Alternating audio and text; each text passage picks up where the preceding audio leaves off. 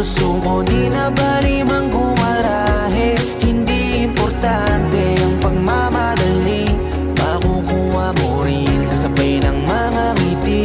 Hayaan mo na yung mga puro lang salita, walang makakapigil lalo kung meron kang tiyaga. Maniwala ka lang, panahon lang din yan. Makakarating ka din sa tamang daan.